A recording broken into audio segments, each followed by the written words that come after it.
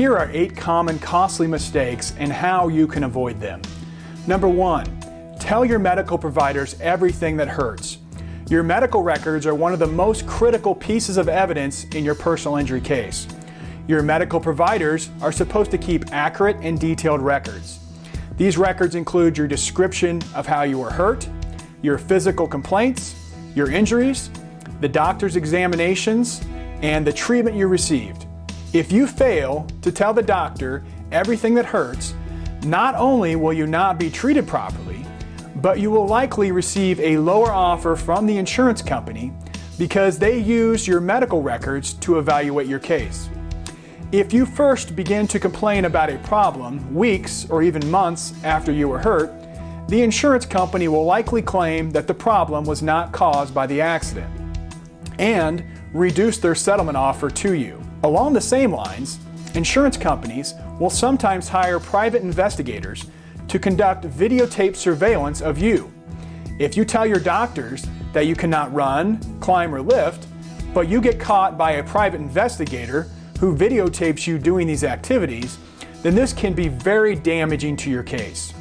Number 2, continue to treat if you are having problems.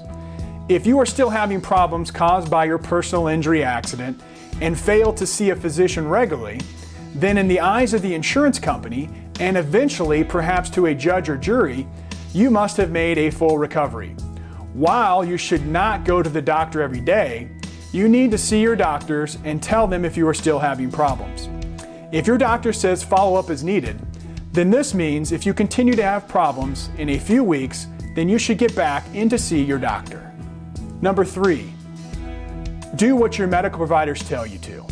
If your doctors tell you that you should go to physical therapy 3 days a week, but you only go once a week, you will damage your case. Along the same lines, if your physical therapist tells you to do home exercises, but you do not, this will also damage your case.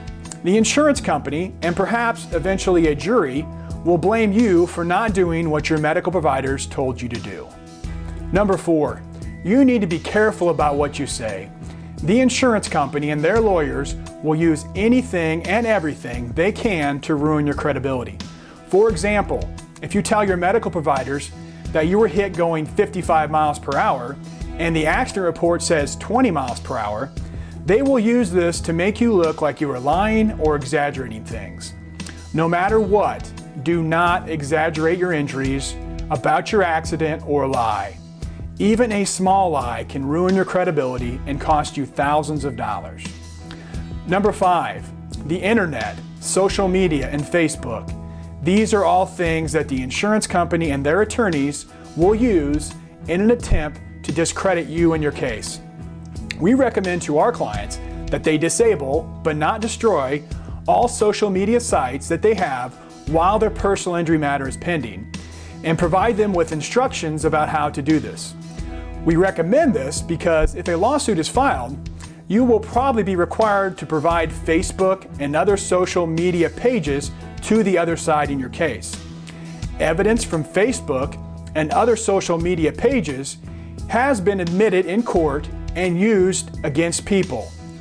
Nowadays, insurance company lawyers and their staff will try to find information about you on the internet which can hurt your case.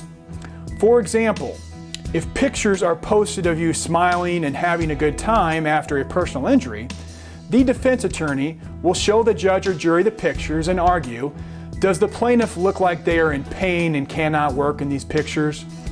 While the picture may be a short time period where you are living your life, it can damage your credibility and your case.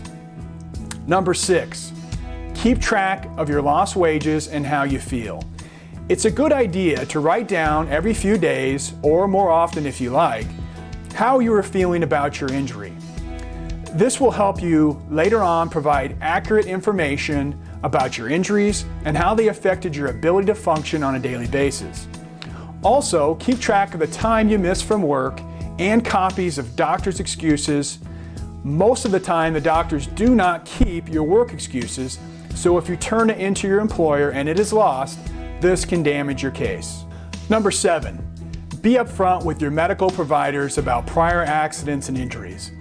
It goes without saying, but you need to be upfront and honest with your medical providers and your attorney about any injuries or accidents that occurred before or after the accident at issue. Keep in mind that the insurance company and their lawyers will gather all of your prior medical records, and if you deny a prior accident to your doctors, then this can hurt your case. If you have had prior injuries and accidents, then your attorney can deal with those issues, but your attorney cannot help you if they do not know about them. Trying to hide prior injuries or accidents can severely damage your case. Number 8, do not just sign any document the insurance company sends to you. It is very important that you read and understand what you are signing. We have had clients come to us who did not understand what they were signing and accidentally signed a release of their claim.